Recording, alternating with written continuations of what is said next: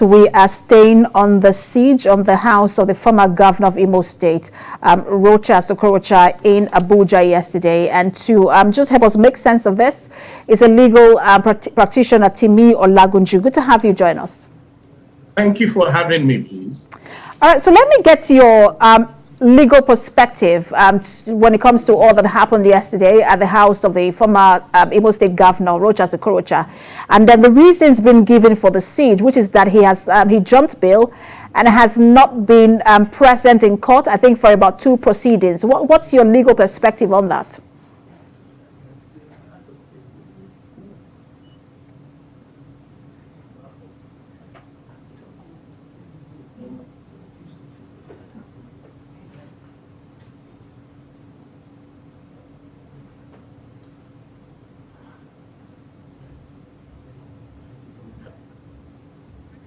Yes, please.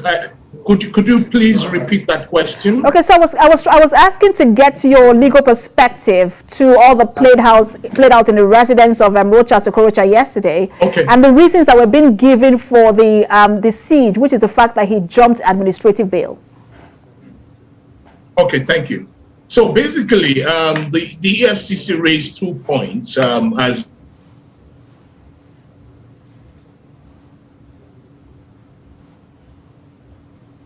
he jumped administrative bail, and the second is that he refused to accept court processes. However, there are flaws to that argument because the EFCC Act, which empowers the EFCC to be able to carry out arrests and prosecution on issues of such matters, do not give EFCC the right to become the courts of law. If Rochas Okorocha refuses to accept court processes, then there are simple legal ways of having substituted service, right? And then also, it is very important for us to know that there were allegations that the EFCC did not present any search warrants in that regard. However, the onus is on the EFCC to show us evidence that it does have a search warrant to actually conduct such search, because without a search warrant, the evidence and the legality means that any invasion of Rochas Okorocha's residence or any residence whatsoever is illegal under the law. And the EFCC is an institution of the law, made by the law, and must respect the law. So what should have been the process? Because I also listened to a video he made at his residence where he said that he did not get, like you rightly noted, there was no invitation and there was no warrant for his arrest. So what should have been the actual process? Well, one cannot speculate further. You see, the EFCC as an institution of governance, and considering the historical antecedents of the EFCC, must show itself to be above board, right? He who alleges must prove. Now, the EFCC has said that they served Rochas Okorocha certain documents. It's important that evidence, which is the end of argument, goes to show that yes, indeed, there were documents served which he evaded. However, even if those court processes were served and he refused to accept them, there is something under the law called substituted service. The question to the EFCC is, has it initiated any means or form of substituted service whatsoever?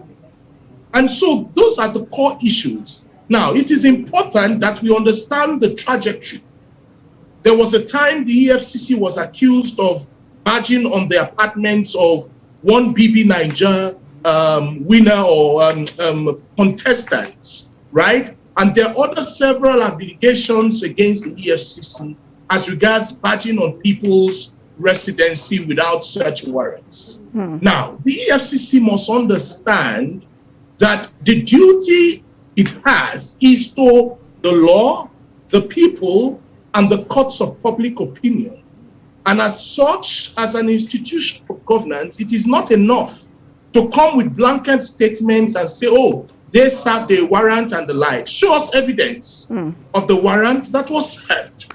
Right, so let me... the warrant of arrest in that sense. I just want to ask, because he also in that video, he had said that he missed the screening, or he was going to miss the screening, which is the APC screening for his presidential candidates yesterday in Abuja. But away from that screening, what is the implication of this for his political aspiration, especially because he wants to become, he has the aspiration to become president in 2023? Well, I would not hold brief on behalf of Rochas Okorocha for whatsoever screening that he has to do. If there is a need to initiate an arrest, the EFCC is within its right to initiate an arrest. My core concern is that the EFCC must change its approach and work within the ambits of the law that created it, which is the EFCC. Sorry, I wasn't speaking particularly about the screening. I was speaking in total about his political ambition, and if this has any implication on that ambition.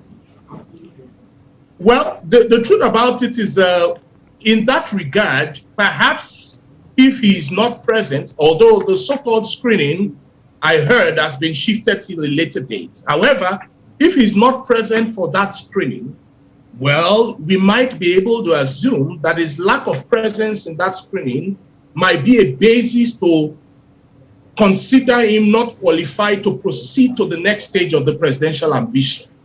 But the core issue here is the EFCC. And the EFCC must stop its approach at arresting people and badging without warrants, as well as parading young men and women on televisions and on newspapers without being the court of law to convict them. You cannot convict someone that has not been convicted in the court of law.